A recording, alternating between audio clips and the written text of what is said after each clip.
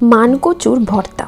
আমি জানি অনেকেরই কচু খেতে ভালো লাগে না, কিন্তু এইভাবে যদি বানানো হয় তাহলে আমার মনে হয় সবারই কচু খাওয়ার নেশা হয়ে যাবে। তো ভুরি ফেস্টিভ্যালে সবাইকে আবার স্বাগত। ভিডিওতে যাওয়ার আগে যারা আমার চ্যানেলে নতুন এসছেন বা পুরনো এসছেন, এখনও সাবস্ক্রাইব করেননি, চ্যানেলটাকে অবশ্যই সাবস্ক্রাইব করে দিন আর বেল বাটনটা প্রেস করে অল প্রেস করে রাখবেন, যাতে আমার নতুন ভিডিও সবার আগে আপনারা দেখতে পান। রেসিপিটার প্রধান উপকরণই মানকচু। তো এখানে আমি 500 গ্রাম মানকচু নিয়েছি এবং এটাকে ভালো করে খোসা ছাড়িয়ে পরিষ্কার করে নিয়েছি। খেয়াল রাখবেন যেন খোসা পুরোপুরি পরিষ্কার হয়ে যায়, নয়তো কিন্তু সেটা খেতে ভালো হবে না। এবং এরপর এটাকে আমি 2 টুকরো করে নিচ্ছি এবং এটাকে আমাকে এরপর গ্রেট করতে হবে। তো এখানে একটা এরকম গ্রেটারের সাহায্যে, দেখবেন গ্রেটারের যেই দিকটা এরকম একটু সবচেয়ে বড় সাইজের গ্রেট করা যায় সেই দিকটা দিয়ে আমি এটাকে গ্রেট করে নেব। যাদের গ্রেটার নেই তারা বটিতেও করতে পারেন, কিন্তু তার থেকে এটাই সুবিধা। তো তাই আমি এখানে গ্রেটারে এটাকে গ্রেট করে নিচ্ছি। এবং এরপর একটা কড়াই গরম করে আমি তাতে দিয়ে দিচ্ছি 3 টেবিল চামচ সর্ষের তেল। এই ধরনের রান্না সর্ষের তেলেই বেশি ভালো লাগে খেতে। এবং তেলটা গরম হলে ফোড়ন হিসেবে আমি দিচ্ছি একটা শুকনো লঙ্কা মাঝখান থেকে চিড়ে এবং 4 ভাগের 1 ভাগ চা চামচে সর্ষে।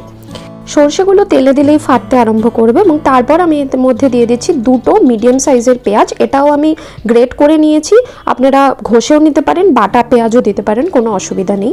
তো পেঁয়াজটা এখানে খানিকক্ষণ ভাজার পরই মজে আসবে এবং তারপর আমি এতে দিয়ে দিচ্ছি 1 টেবিল চামচ রসুন বাটা।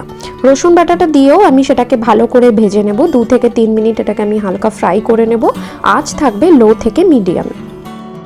এবং এরপর আমি যেই মানকচুটা গ্রেট করে রেখেছিলাম সেই কচুটাও আমি দিয়ে দিচ্ছি। এবং আর আমি এর মধ্যে মশলার জন্য দিচ্ছি 1 টেবিল চামচ হলুদ গুঁড়ো, নুন আপনারা আপনাদের স্বাদ মতো দেবেন, আর আমি দিচ্ছি 1 টেবিল চামচ শুকনো লঙ্কার গুঁড়ো। তো এই রেসিপিটাতে কিন্তু টক, ঝাল, মিষ্টি 3 রকমেরই স্বাদ থাকে। তো খেতে বেশ ভালোই লাগে এবং খেলে কিন্তু গলাও চুলকোয় না। তো আপনারা দেখতে পারবেন আস্তে আস্তে রেসিপিটাতে যত আমরা এগোবো। তো এগুলোকে দিয়ে আমি মানকচুটার সাথে ভালো করে মিশিয়ে দিলাম এবং এরপর এটাকে 5 থেকে 7 মিনিট ঢাকা দিয়ে দেবো।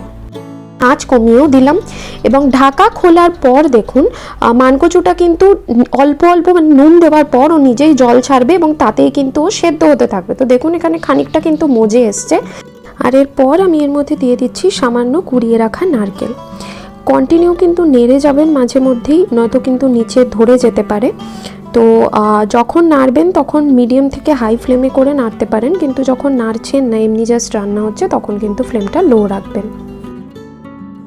2 টেবিল চামচ মতো সর্ষের গুঁড়ো জলে ভালো মতো ভিজিয়ে রেখেছিলাম যাতে পুরোটা ভালো মতো ভেজে, এবং এরপর আমি এটাকে এর মধ্যে দিয়ে দিচ্ছি। আর আমি সর্ষে আর জলের মিশ্রণটার মধ্যে কিছুটা কাঁচা লঙ্কা কুচি করেও দিয়েছিলাম। এবং এরপর যাতে গলা না চুলকায় এবং একটা টক টক ভাব আসে, তার জন্য আমি এখানে দিচ্ছি 1 টেবিল চামচ তেঁতুল ভেজানো জল। আর এরপর একটা মিষ্টি ফ্লেভার দেওয়ার জন্য আমি কয়েকটা চিনির দানাও দিলাম, সেটা আপনারা বুঝে দেবেন। না দিলেও ঠিক আছে, কিন্তু দিলে স্বাদটা একটু ভালো হয়, না দিলে মিষ্টি না দিলে রান্নাটা অসম্পূর্ণই থেকে যাবে। এবং এরপর আমি 3 থেকে 4 মিনিট এটাকে লো টু মিডিয়াম ফ্লেমে এরকম ভালো মতো উল্টে পাল্টে ভালো মতো নাড়বো, পুরো জিনিসটাকে ভালো মতো মেশাবো, এবং তাহলেই কিন্তু কচুর ভর্তা রেডি। রেসিপিটাকে অবশ্যই বাড়িতে ট্রাই করুন, এটা গরম ভাতের সাথে কিন্তু খুবই ভালো লাগে, মানে 1 থালা ভাতও এটা দিয়ে খেয়ে নেওয়া যায়। ভিডিওটা ভালো লাগলে লাইক করবেন, শেয়ার করবেন, সাবস্ক্রাইব করবেন। দেখা হচ্ছে আবার পরের ভিডিও।